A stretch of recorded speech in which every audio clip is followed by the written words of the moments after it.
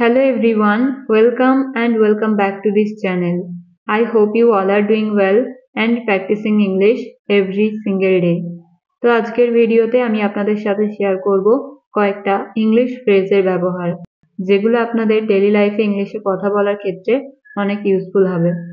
So watch the video till the end. Now let's get started.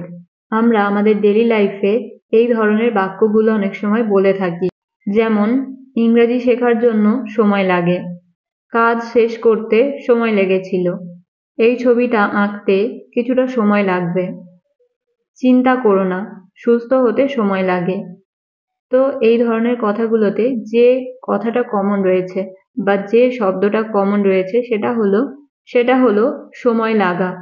কোনো কাজ করতে সময় লাগে এরকম বোঝাচ্ছে, রাইট? তো যখন আমরা ইংলিশে এরকম বোঝাবো কোনো কাজ করতে আমাদের সময় লাগে, তখন আমাদের ইংলিশে বলতে হবে টেক টাইম অর্থাৎ সময় লাগা। ফর এক্সাম্পল, ইংরেজি শেখার জন্য সময় লাগে, লার্নিং ইংলিশ টেকস টাইম।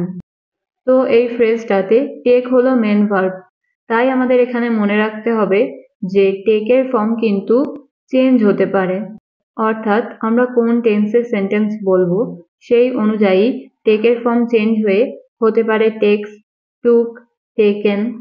ওকে, পরের এক্সাম্পল, কাজ শেষ করতে সময় লেগেছিল। It took time to finish the work. তো এখানে এই বাক্যটা রয়েছে সিম্পল পাস্ট টেন্সে, সেই কারণে এখানে টেকের ফর্ম কিন্তু চেঞ্জ হয়ে গেল টুক। কাজ শেষ করতে সময় লেগেছিল, It took time to finish the work. এই ছবিটা আঁকতে কিছুটা সময় লাগবে, This painting will take some time. পরের এক্সাম্পল, চিন্তা করো না, সুস্থ হতে সময় লাগে, Don't worry, it takes time to heal. তো ফ্রেন্ডস, আশা করছি আপনারা বুঝতে পারলেন যে কিভাবে আপনারা টেক টাইম এই ফ্রেজটার ব্যবহার করে এই ধরনের বাক্যগুলো ইংলিশে বলবেন। তো এবার এই ফ্রেজটার ব্যবহার করে একটা বাক্যের ইংরেজি আপনারা বলার চেষ্টা করুন। তো বাক্যটা হলো, ভাত রান্না করতে বেশি সময় লাগে না। তো এই বাক্যটা আপনারা ইংলিশে কিভাবে বলবেন, let me no in the comments. এবার আমরা দেখব পরের ফ্রেজের ব্যবহার, সে প্রতিযোগিতায় অংশগ্রহণ করেছিল। তুমি কি খেলায় অংশগ্রহণ করেছিলে? সে প্রতিটা কার্যক্রমে অংশগ্রহণ করে। আমরা প্রোগ্রামে অংশগ্রহণ করব। তো ফ্রেন্ডস, এই প্রতিটা বাক্যে যে কথাটা কমন রয়েছে সেটা হলো কোনো কিছুতে অংশগ্রহণ করা, অর্থাৎ অংশগ্রহণ করা কথাটা এই প্রতিটা বাক্যে বা সেন্টেন্সে কমন রয়েছে। তো কোনো কিছুতে অংশগ্রহণ এই কথাটা ইংলিশে বলতে হলে আমাদের বলতে হবে টেক পার্ট ইন। ওকে, অর্থাৎ অংশগ্রহণ করা। ফর এক্সাম্পল, সে প্রতিযোগিতায় অংশগ্রহণ করেছিল, She took part in the competition. পরের এক্সাম্পল, তুমি কি খেলায় অংশগ্রহণ করেছিলে? Did you take part in the game?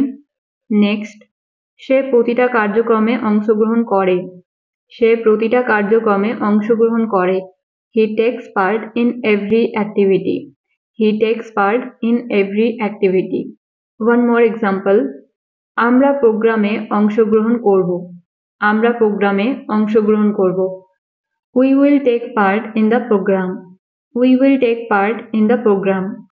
তো ফ্রেন্ডস, আশা করছি আপনারা বুঝতে পারলেন যে টেক পার্ট ইন এই ফ্রেজটা আপনারা ইংলিশে কিভাবে সেন্টেন্সে ব্যবহার করবেন। এবার দেখব আমরা পরের ফ্রেজের ব্যবহার, আমি বিদেশে পড়াশোনার সিদ্ধান্ত নিয়েছিলাম। সে দ্রুত সিদ্ধান্ত নিয়েছিল। আমি এখন কোনো সিদ্ধান্ত নিতে পারছি না। তারা শীঘ্রই একটি সিদ্ধান্ত নেবে। তো এই প্রতিটা বাক্যে যে কথাটা কমন রয়েছে সেটা আপনারা বুঝতেই পারছেন। তো কমন কথাটা হলো সিদ্ধান্ত নেওয়া, কোনো কিছু করতে সিদ্ধান্ত নেওয়া, এই কথাটা কমন রয়েছে।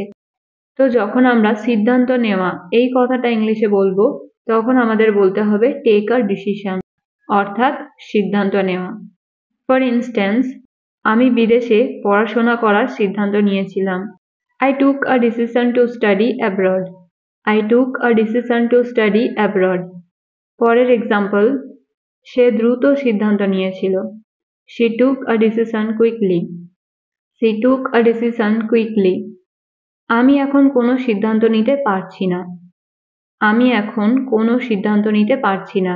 I can't take any decision now. I can't take any decision now. তারা শীঘ্রই একটি সিদ্ধান্ত নেবে। তারা শীঘ্রই একটি সিদ্ধান্ত নেবে। They will take a decision soon. They will take a decision soon. তো ফ্রেন্ডস, আশা করছি আপনারা এই ফ্রেজটার ব্যবহারও ভালোভাবে বুঝতে পারলেন। এবার একটা বাক্যের ইংরেজি আপনারা বলার চেষ্টা করুন। বাক্যটা হলো, আমরা একসাথে সিদ্ধান্ত নিয়েছিলাম। আমরা একসাথে সিদ্ধান্ত নিয়েছিলাম। তো এই বাক্যটা আপনারা ইংলিশে কিভাবে বলবেন, let me no in the comments. তো চলুন এবার দেখা যাক পরের ফ্রেজের ব্যবহার। সে ঝুঁকি নিয়ে আবেদন করেছিল। সুযোগ নিতে ভয় পেও না। সে কখনো ঝুঁকি নেয় না। তারা ব্যবসায় ঝুঁকি নিয়েছিল। তো এই চারটি বাক্যে যে কথাটা কমন রয়েছে বা যে ওয়ার্ডটা কমন রয়েছে সেটা হলো ঝুঁকি নেওয়া। কোনো কাজ করতে ঝুঁকি নেওয়া। তো ঝুঁকি নেওয়া কথাটা ইংলিশে বলতে হলে আমাদের বলতে হবে take a chance. Take a chance, অর্থাৎ ঝুঁকি নেওয়া বা সুযোগ নেওয়া। ফর ইনস্ট্যান্স, সে ঝুঁকি নিয়ে আবেদন করেছিল। He took a chance and applied. He took a chance and applied. Next, সুযোগ নিতে ভয় পেও না। Don't be afraid to take a chances. পরের এক্সাম্পল, সে কখনো ঝুঁকি নেয় না। She never takes chances. She never takes chances. পরের এক্সাম্পল, তারা ব্যবসায় ঝুঁকি নিয়েছিল। রাইট? তো এই বাক্যটা ইংলিশে হবে They took a chance in business. They took a chance in business.